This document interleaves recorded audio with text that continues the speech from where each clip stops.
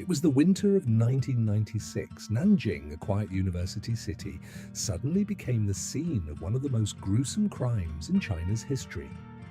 Plastic bags began appearing across the city, at drainage canals, in narrow alleys, in roadside trash heaps. Inside was not garbage, but human remains. Residents recoiled in horror and called the police. When authorities arrived, they were stunned. Fragments of bone, flesh, and skin dumped like discarded waste. They belonged to a young woman. As forensic experts pieced the body back together, a chilling truth emerged. It had been cut into nearly 2,000 fragments. Some pieces had been boiled. Internal organs were missing. And then the victim's name was revealed: Diao Aiqing, a 19-year-old student at Nanjing University. A diligent student, a quiet girl, now the victim of the most grotesque dismemberment the city had ever seen. This was not just a murder, it was a collective nightmare, a shadow that has haunted Nanjing for nearly 3 decades, with questions that remain unanswered to this day. The victim. Who was Diao Aiqing? Her name was Diao Aiqing. She was born in 1976 in the rural countryside of Jiangsu province. Her family lived a modest life. Her parents worked tirelessly, laboring day after day, believing that education was the only path their children could take to escape poverty. As the youngest daughter, Aiqing carried not only her own dreams, but the dreams of her entire family. In 1995, she was admitted to Nanjing University, one of the most prestigious and respected universities in China. It was the kind of achievement that changed everything. For her parents, it was a victory worth every sacrifice. For her neighbors back home, her name became a source of admiration. Proof that even a girl from a small village could step through the gates of a great university. But despite her achievement, she was not the type of student who stood out on campus. Classmates described her as quiet, even shy. She was small in stature, reserved in personality, and often kept to herself.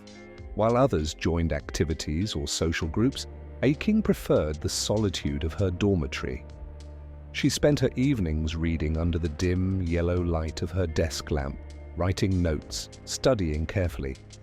She was not a girl of drama or conflict. She was not rebellious nor reckless. In fact, she seemed to embody everything safe, ordinary, and unthreatening. A quiet daughter, a diligent student, with a whole future still waiting for her. But in January of 1996, during the winter break, that quiet life came to an abrupt and unexplained end. On the night of January 10th, she vanished. Her books remained neatly stacked on the desk. Her personal belongings were untouched. Her clothes still hung in the closet. She left no letter, no phone call, no trace. Her friends assumed she had gone home. Her family believed she was still in her dormitory. For days, both sides lived in the comfort of false assumptions. No one realized she was already gone. And that in just over a week, her name, Diao Aiqing, would become forever associated with one of the most horrifying unsolved crimes in modern Chinese history. The discovery, when Nanjing awoke in horror.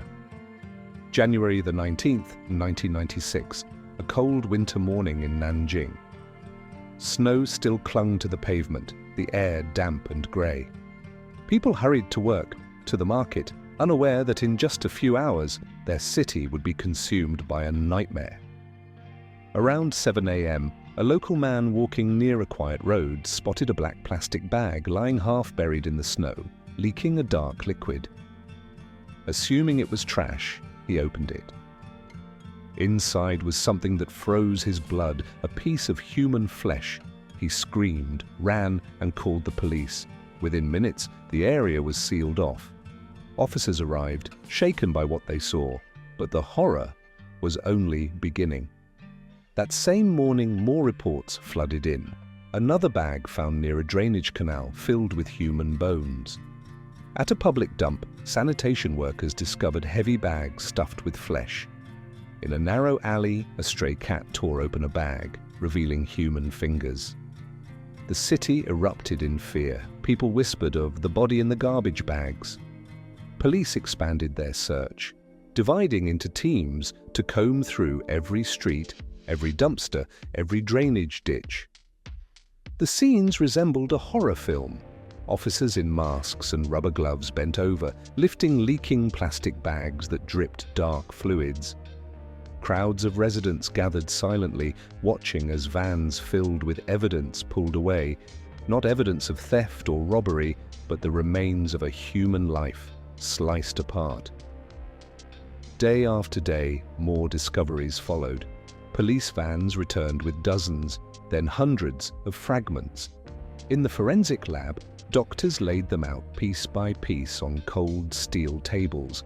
One bag contained a hand, another a cluster of bones, another only a patch of human skin. By the end, they had recovered nearly 2,000 fragments. Even veteran forensic experts shuddered at the number. Reconstruction began. Slowly, the pieces revealed the truth. The remains belonged to a young woman who had disappeared from her dormitory less than 2 weeks earlier. Her name was Diao Aiqing, a 19-year-old student at Nanjing University. Her death was not random, it was calculated. Forensic reports revealed the cuts were sharp, clean and precise, as though made by someone skilled in anatomy. Some parts of the body had been boiled, most of her internal organs were missing. And this was no ordinary murder. This was an attempt to erase humanity itself, to dismantle a young woman into thousands of unrecognizable fragments and scatter her across a city. Nanjing was paralyzed with fear. Citizens whispered in terror. Newspapers screamed the headline, "A nightmare in Nanjing." And this was only the beginning. Investigation. The hunt for a killer. The discovery of nearly 2,000 fragments forced Nanjing police into one of the largest criminal investigations the city had ever seen. Streets were blocked, garbage was sifted through, canals were drained, and neighborhoods searched house by house. But the brutality of the crime made the investigation nearly impossible from the start. The killer had reduced the body to pieces so small that almost all forensic traces had been erased. No fingerprints, no identifiable marks, no clear weapon. The crime scene wasn't one place, it was the entire city of Nanjing. Police built their timeline.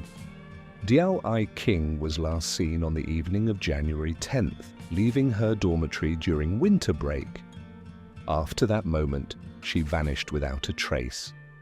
Investigators turned to those who knew her. Classmates described her as quiet, shy, and without enemies.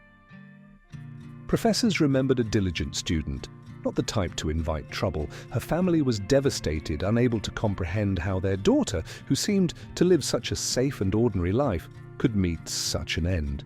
Theories began to emerge. Some experts believed the precision of the cut suggested medical training, a surgeon, a professor, a student of anatomy, someone who knew the human body well enough to dismantle it efficiently. Others believed this was the work of a sadist, a sexual deviant. The boiling of certain parts, the removal of internal organs, it was not simply to dispose of evidence, it was ritualistic, perverse, and obsessive. And still others whispered about revenge. Had Diao Aiqing crossed paths with someone who bore a grudge, someone who wanted not only to kill her, but to obliterate her entirely?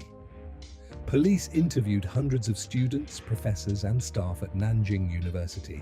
They searched dorm rooms, checked alibis, and tried to trace movements on the night she disappeared.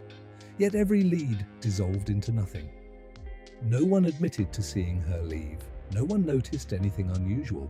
It was as if she had walked out into the night and been swallowed whole. The mid-1990s offered little technological help. There were no surveillance cameras on campus, no DNA databases to cross-check. fingerprint technology was limited.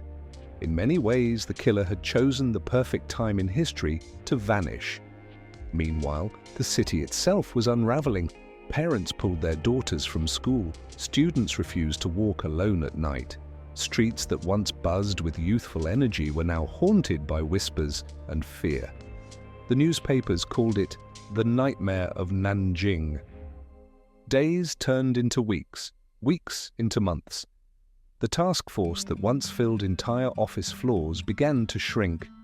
Leads grew cold, files piled high, and gathered dust. In the end, no suspect was arrested, no charges were filed, and the person who cut Diao Aiqing into thousands of pieces simply disappeared into silence. For her family, the investigation's failure was unbearable. They buried what could be recovered of her body, but no peace was given. For the city, the unsolved case became a scar, proof that sometimes even the most monstrous crimes leave no trail. Nearly 3 decades later, the file remains open. But with every passing year, the likelihood of justice fades. And the killer, he could be dead, he could be alive, he could be walking among the crowd, unnoticed, carrying the secret of what he did that winter in 1996. The silence is his victory. And the silence is Nanjing's curse. Ending the silence that remains. Nearly 30 years have passed. The case file of Diao Aiqing still lies there, thick, dusty, unresolved. Her family never learned the truth. Her friends never understood why someone so quiet, so ordinary, was condemned to such a fate. Nanjing has changed. The city is brighter, taller, more modern than ever, but in its collective memory, a shadow remains, a shadow with the name Diao Aiqing. The killer was never caught. Perhaps he is dead. Perhaps he lives unnoticed among the crowd, or perhaps he never left. His silence is a torture that has stretched across decades. Some wounds never heal. And the murder of Diao Aiqing is one such wound, a scar carved into the history of Nanjing, a question that has never been answered.